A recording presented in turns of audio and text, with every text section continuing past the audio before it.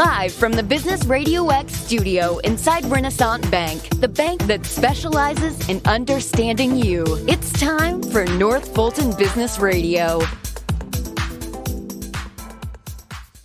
And hello again, everyone. Welcome to another edition of North Fulton Business Radio. I'm John Ray, and we are coming to you live from the Business RadioX studio inside Renaissance Bank in beautiful Alpharetta.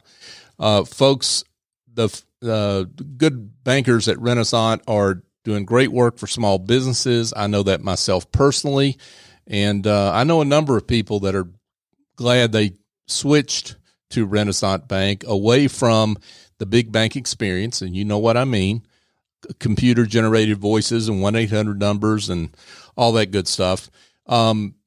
Here's what I suggest you do. Go to renaissancebank.com and find their local office. They've got some 200 across the Southeast ready to serve you, and give them a call. Set up an appointment, go in to see them, and I think you'll be glad you did, because I think what you'll find is that Renaissance is big enough to be able to handle just about anything that you can throw at them in terms of your needs, but they're small enough to do it in a personal way. Renaissance Bank, understanding you, member FDIC. And now I want to welcome Andy Kalajian. Andy is the founder of Fort Leadership and Sales Consulting. Andy, welcome. Hey, good morning, John. Great to be here. Yeah, great to have you here. So let's talk about you and Fort Leadership and Sales Consulting. How are you serving folks out there? Well, just having a great time helping to lead their people and to grow businesses.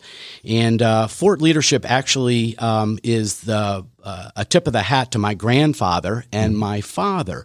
My grandfather escaped the Bolshevik Revolution back in 1922. Oh, wow. And came underground to Detroit, Michigan, and started a tool and die casting company in Detroit on Fort Street. And he had the patent. My grandfather had the patent for wheel weights, and he was in the Masonic Lodge with Henry Ford. Henry Ford asked my grandfather for wheel weights for the Ford cars back in the day, and that's how that all kind of got started. My father later then had Fort Title Company in Detroit. So Fort Leadership is a tip of the hat for those fathers out there, just concluding on Father's Day. It's a tip of the hat to my grandfather and my father. That's awesome. That's awesome. Now, you're obviously in leadership and sales consulting. Let's talk a little bit about that practice and maybe how you got into consulting. Yeah. So I originally started out in medical device sales. As a young 9-year-old boy, I had a passion for medicine. My dad, at about the age of 11 or 12, said I had a gift of gab. So while I was pursuing orthodontics as a profession, to be an orthodontist, my backup plan was to get into medical device sales, and got my degree in medical technology and packed up a 67 Cutlass, came down to Atlanta, Georgia from Detroit in 1985, and pursued my career in medical device. I didn't have anything going at the time. I didn't have an apartment. I had $2,500 in cash. I had a resume and a sport coat to interview with, and was able to put together a 33-year career in medical device sales. So I sold orthopedic implants, hip joints and knee joints, plates and screws to orthopedic surgeons. Started out in the Southeast, and then it branched out to kind of being all over the country. I had increasing responsibility. I was with a company called Zimmer, which is a division of Bristol-Myers Squibb. And so a lot of great learning, a lot of great development in that organization. And then later, as I transferred away from corporate America, I wanted to get into my own gig and be able to go out and teach the leadership skills that I learned, and the sales skills that I learned. So what is it about the medical device industry that particularly honed your sales and leadership craft, if you will? Yeah, that's a great question. I appreciate that. Medical device is you really need to build the trust of an orthopedic surgeon. You are, or he is, or she is, implanting those implants into the bodies of patients. And so it requires a great deal of trust that needs to be earned from the sales representative to the surgeon. Trust has to be earned so that the surgeon will buy the design of the implant, the instrumentation, the technique to put it in, and then invite you into the operating room. So really what it requires is not only a great deal of skill, and that's people skills, but also a great deal of knowledge. Obviously, metallurgy and design and biomechanics and kinematics and things of that nature on how the body works and functions in the musculoskeletal system, and then be able to transfer that information to the surgeon. So it's kind of a high hurdle rate, but when you're at it for a long time and you enjoy it as much as I did, you can be quite successful at it. Yeah, well, I mean, but that said, when you were coming down to Atlanta with your cutlass and your sport coat, I love that story. You weren't experienced at it, and obviously you were successful at it. So you did something to develop the trust necessary. Yeah. Yes, absolutely. And it's going to probably shock some of the audience out there, but really what started at the age of 17, my mom fed me the book, How to Win Friends and Influence People by Dale Carnegie. That book blew up for me. And then that book led me to Think and Grow Rich by Napoleon Hill, which led me to The 7 Habits of Highly Effective People by Stephen Covey, which led me to As a Man Thinketh by James Allen, which led me on to John Maxwell. And so I've been a huge student of interpersonal relationships, leadership, and then putting what I learned in those books, putting it into practice. Because I'm sure your audience knows, and I'm sure you do know as well. To know and not to do is not to know. Yeah, wise words. So Andy, let's talk a little bit about your tagline. So your tagline is transformational thought in action. And that's really what you're kind of getting at there with your tagline, right? Is that if you don't use what you know, it doesn't really exist. That's right. That's right. It's really interesting because a lot of people want to change their conditions and their circumstances. It may be in their financial well-being. It may be in relationships, perhaps with spouse or children, or in a community, if they're in a nonprofit, in their business, their employees or whatever. Lots of people want to change their conditions and circumstances, but what really needs to happen first is they need to change themselves. So transformational thought in action is kind of a model for a map of success. And what that suggests, transformational thought in action, is when you sow a thought, you take an action. Whatever you think about all the time, you are going to do. And if you sow that action in your life over time, you are going to create a habit. When you sow that habit, and Stephen Covey talks about that a lot. James Clear is another great one, Atomic Habits. When you sow that habit in your life over time, you're going to develop a character. And Heraclitus, 540 BCE, before the Common Era, Heraclitus said that character is destiny. What I teach in my curriculums is character determines your destiny. Your business, your nonprofit, your organization, your family, your finances will never grow higher than your character. Wow, lots there, and I want to get into that. But let's talk about maybe before we do that, just what makes you different. I mean, lots of business coaches, leadership coaches, sales coaches, consultants that are out there. A lot of them that love John Maxwell. What makes you different? Yeah, so the difference is most of the curriculums that are out there today that you can find, and they're all over the place, and they're excellent curriculums, but a lot of the curriculums out there are heavy on process. And there's lots of great books on process, and mine is not about process. My curriculums that I teach and that I'm offering to small business owners, high commission salespeople, entrepreneurs is really heavy on people. And the reason that I've decided to go in that direction, one, most people aren't doing that. They're staying focused on processing, on processes. Let's get efficiency models into place in our business so we can run more efficiently.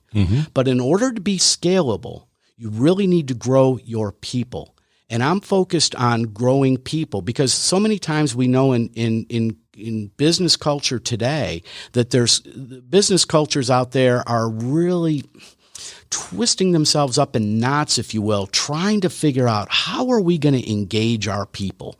What can we do to get 100% of 100% of our people to engage on our mission and our vision and our values in our organization? And it really comes down to the person. If you invest in your people, then your processes you add afterwards are scalable. But if you throw process down on top of people, it'll usually crush them and run them off. And so the important thing that at Fort Leadership and Sales Consulting that I focus on, and my lane is focusing on the people. Folks, we're here chatting with Andy Kalajian. Andy is the founder and president of Fort Leadership and Sales Consulting. So you're focused on people. Let's talk a little bit about what makes a good leader. In a word, it's character. In a word, it's character. And in a study that Daniel Goleman did in Harvard Business Review, he was looking at all the different things. And this was a landmark paper, and it's still being referred to today, but the paper goes back to 1998. And Daniel Goleman in Harvard Business Review identified 3 general criteria. One was knowledge, IQ. Do you know what to do? That's the knowledge piece.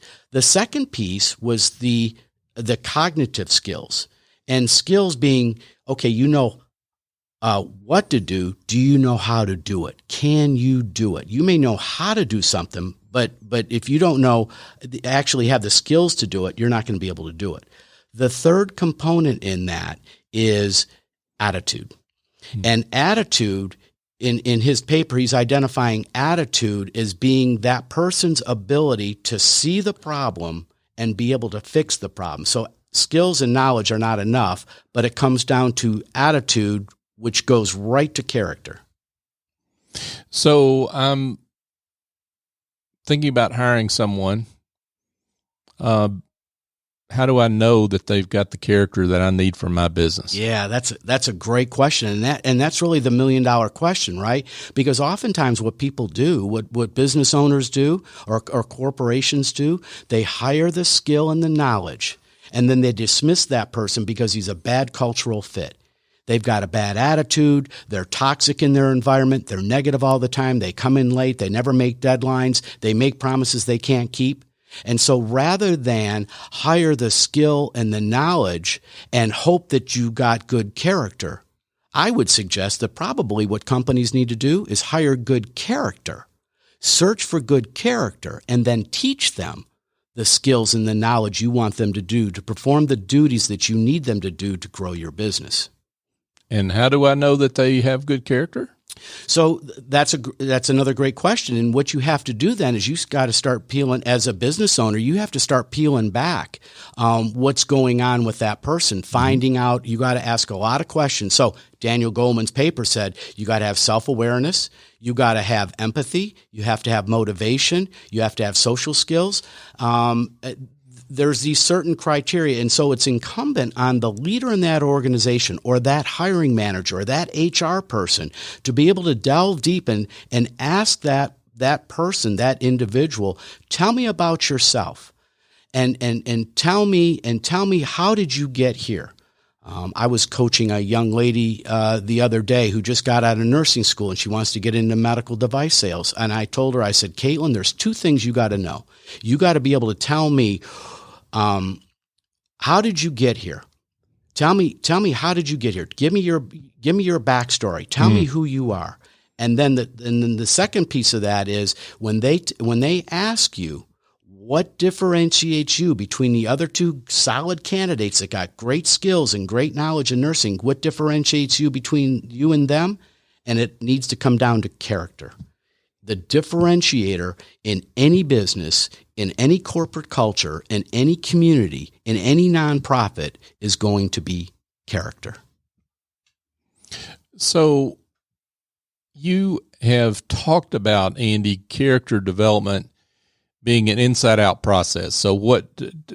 Talk about what that means. Yeah, so the inside-out process is you have to work on yourself. When we're all in school and we're going through grade school and going up to high school, and then perhaps some of us get to go on to college or vocational trade schools and that, there's a curriculum laid out for you, and we follow that curriculum, and at the end of the day we get a diploma or we get a certification that we're qualified to do whatever it is that we were studying to do. When you get out into your life, there is no curriculum set out for you. It's up to you as the individual to set up that curriculum.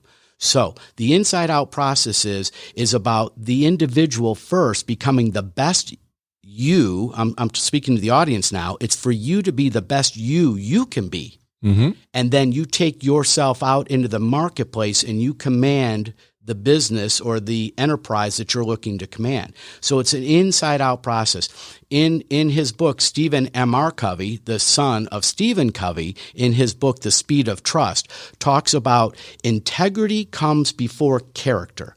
Integrity is to make promises and keep those promises to yourself. When you make and keep promise to yourself, you're being integrated. You have integrity. And then now when you have become able to depend on yourself and know that you can discipline yourself to do what you set yourself out to do, now you go public. That's the inside out. All the hard work is on the inside. And then when you go public, when you go in the marketplace, it goes to the outside. And then when it does go on the outside, it's incumbent on that leader, whether you're the manager, whether you're in a nonprofit or you're the business owner, everybody's a leader. And it's incumbent on me and on everybody to lead others around us, to grow other people around us. So, Andy, I'm just curious. I mean, you talk to a lot of business owners, a lot of corporate executives. What do you see as the biggest leadership problem that exists today? In a word, it's honesty. Honesty is the biggest thing. And the reason it is because oftentimes the employee wants to say, yes, I can do that, because they want to keep their job. They want to produce. They want to feel connected with the organization. And there's an honesty within themselves is, can I make the commitment can I fulfill the commitment that I'm making right now? I think the old language that I used to use back in my sales days with my sales representatives were don't write checks your mouth can't cash, right? So don't have your mouth write checks that your body can't cash. So when you say to somebody, I will, you really have to, you want to be honest with that individual, but you have to be honest with yourself as well, right? Because you may not have the capacity to get all your yeses done. And so I think what a lot of business people are looking for, number one, I would say honesty, and number two is the engagement piece, getting their people engaged in the organization and the mission and vision values ahead. So let's chat a little bit about maybe the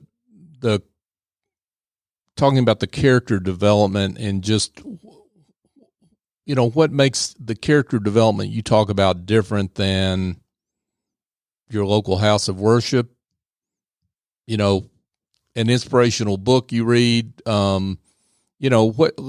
let's talk about, I guess, maybe what I'm asking is when the rubber hits the road out there in a business, and a business leader sees that there's a character defect somewhere in their organization, be it with the people or maybe even a process. Talk about how they need to address that.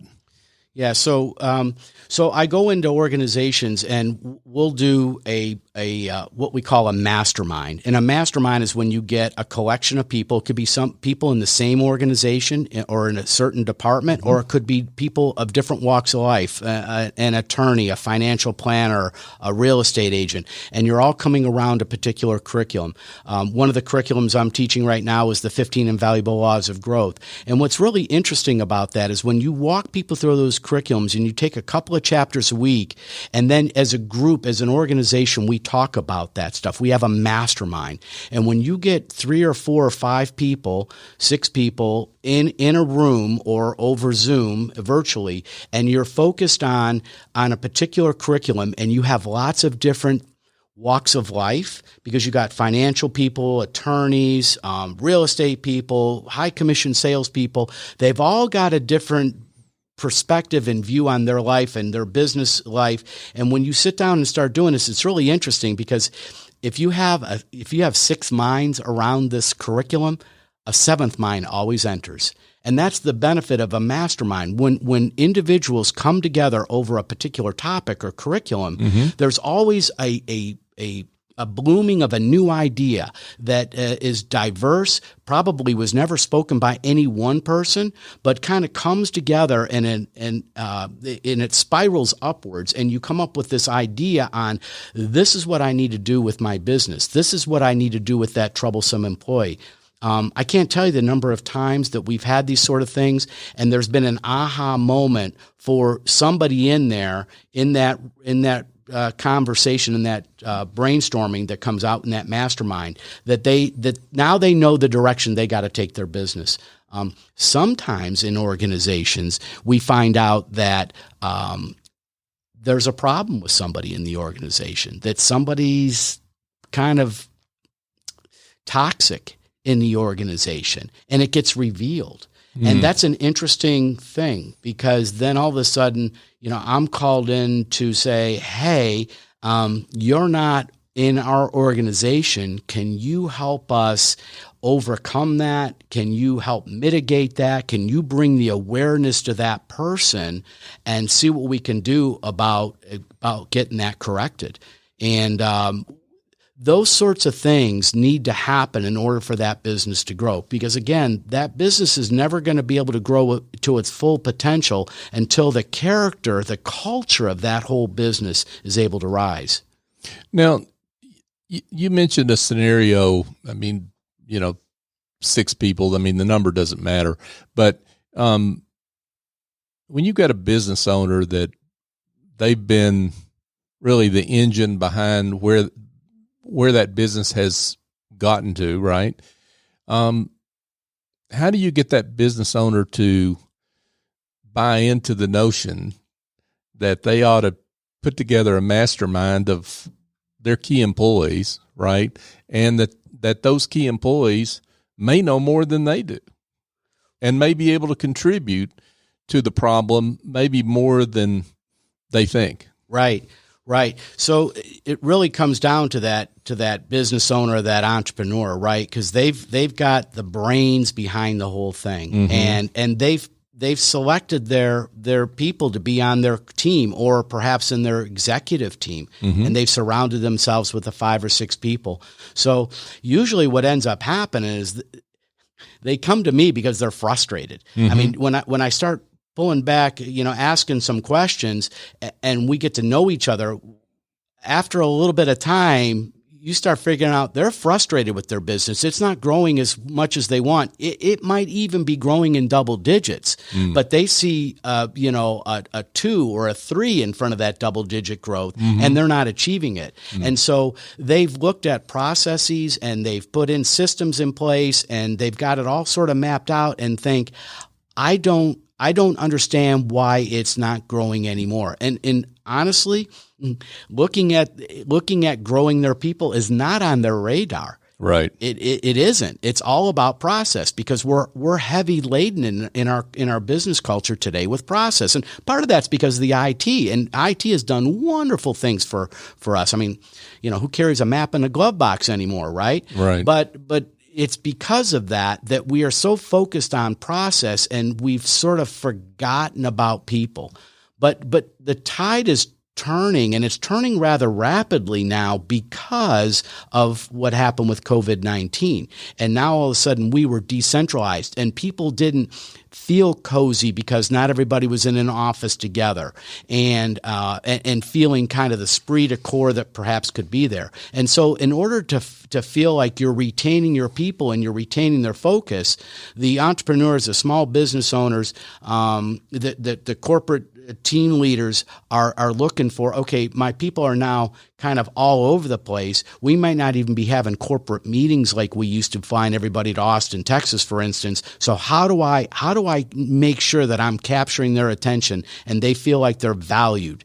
And so a lot of what's going on now is there is a push for corporations to start growing the people that they have to retain that good talent. Because let's face it, there's a lot of opportunity out there in America today, and the employee doesn't necessarily have to stay where they're at, and they've had their head up a little bit and looking around and wondering, I wonder if I have to go back into the big city again, or I wonder if I can I kind of stay home and work from home a little bit more. But we still need to have that engagement between corporate and that individual.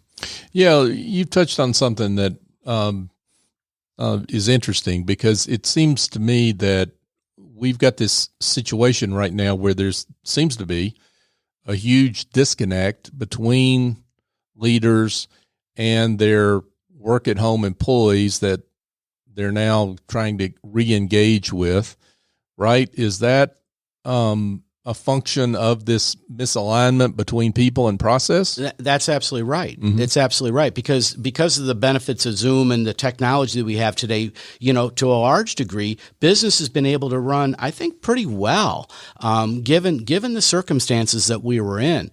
But it's that people side of it that people want to feel like they're contributing. They want to feel like they're connected. They want to feel like they're valued. They want to feel like they're trusted. There was before COVID-19, a lot of time we could have done Zoom 10 years ago, and a lot of employees were asking for it, right? But the bosses were like, oh no, I'm not sure you're going to be working real hard if you're at home. Well, guess what? I think that employees have done a pretty doggone good job of being able to demonstrate that they are reliable and dependable, even though they may be working from their computer in their bedroom.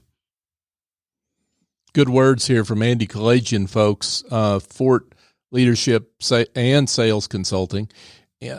Andy, let's talk a little bit about, I know you can't use names, but a success story, maybe someone that you've worked with, company, individual, what have you, that you have consulted with, coached with, that you've seen there's been great transformation because of your work. Right. Well, thanks. Yeah. So one that comes to mind right away is one that kind of finished up this past week. There was a young woman that is in a high commission sales spot. She originally, I believe she was in the staffing industry and did that for several years, half a dozen years or so, just found out that it wasn't in alignment. And so then she got into this high commissioned role, selling luxury goods. And so she reached out to me and said, I need some help. We know each other through the Sales and Marketing Academy. And I said, sure, let's go. And she's been steadily building her business now for a year. And just this past Thursday, she had a sale that was the one that tipped the scales over, and she's off to Costa Rica in September with her team. So she's really excited, and she was the first one to make it. So things like that are really gratifying when you get someone in there that's not sure. There's the old story about, I was born mud, but then I became marble, and it's fun to, I love that. Going from mud to marble. And, that's kind of the way she was. But, she allowed herself to be, to grow in the process. And it's really fun to see people bloom like that. Yeah, that's awesome. And must be gratifying for you. Absolutely. Yeah, that's awesome. Andy Kalajian, folks, with Fort Leadership and Sales Consulting. Andy, this has been great. It's really been great to have you here. Let's get to the most important question I can ask, which is folks that have heard something that makes them want to be in touch, tell them how they can do that. Yeah, absolutely. Well, I got to tell you too, first of all, everybody talks about it, but it's really true, John, that when you're flying the airplane, you can just kind of kick back, have a drink, and relax because you're going to have a good time. So, well, thank you. So thanks for the experience. Yeah, absolutely. It's always great to have you here. You're a return guest. So yes, I am. Thanks for coming back. Yeah, thank you. It's just an honor to be here in the studio and being live. So thanks. Yeah. So very exciting. Yeah. So if there's something that's dinging your soul, that's ringing your bell, as John Donne said, don't ask for whom the bell tolls, but tolls for thee. If there's a bell ringing in your soul, I just invite you to reach out and connect with me. You can reach me at fortleadership.com. That's FORT. Leadership, all one word, fortleadership.com. You can email me at andy@fortleadership.com. And if you want, I'm happy to take your call. You can reach me by cell phone. That is 770-597-9005. Again, that's 770-597-9005. And I look forward to talking to you soon and wish you all a great deal of future success. Andy Kalajian with Fort Leadership and Sales Consulting. Andy, thanks again for coming on the show. It's been an honor and a privilege. Thank you so much for having me, John. Yeah, thank you. Folks, just a quick reminder, if you've got some process problems in your business, and maybe I'll give you an example. If you're up at night at 11 or 12 o'clock at night doing your books, you got a problem, and you need to get that problem solved. My suggestion is to give S.E. Escobedo over at Office Angels a call. Now, you can go to officeangels.us and see the full range of services they offer, administrative tasks, bookkeeping they'll take care of. And you can go to their website if you're shy. But my suggestion is just call her, 770-442-9246. Here's what's going to happen. She's going to listen to your problem and assign an angel or maybe two to fly in, get the job done, and fly out. And they do it on an ongoing or as-needed basis. And then you don't have to worry about a lot of those tedious details that you've been worried about, and you can worry about growing your business instead of just getting the to-dos done every day. So my suggestion is do that, and I know of what I speak because I work with Essie in my business, and she's terrific. Essie Escobedo, Office Angels, give her a call, and let her know I sent her your way, sent you her way. Folks, just a quick reminder that North Fulton Business Radio is the search term if you want to go find the show on all the major podcast apps. We're on all of them, and we would love it if you would go on your favorite app, subscribe to the show, and give us a 5-star review. Now, it's not about me. It's not about Business RadioX. It's about our guest. We want people to find the show and find our guest, great guests like Andy, so that they can potentially connect with them and utilize their services. So if you'll do that for us, that will be helping all our guests. And, we've had some 650 or so guests on this show over the last 5 years, and you'll be helping a lot of folks if you'll do that for us. So for my guest, Andy Kalajian, I'm John Ray. Join us next time here on North Fulton Business Radio.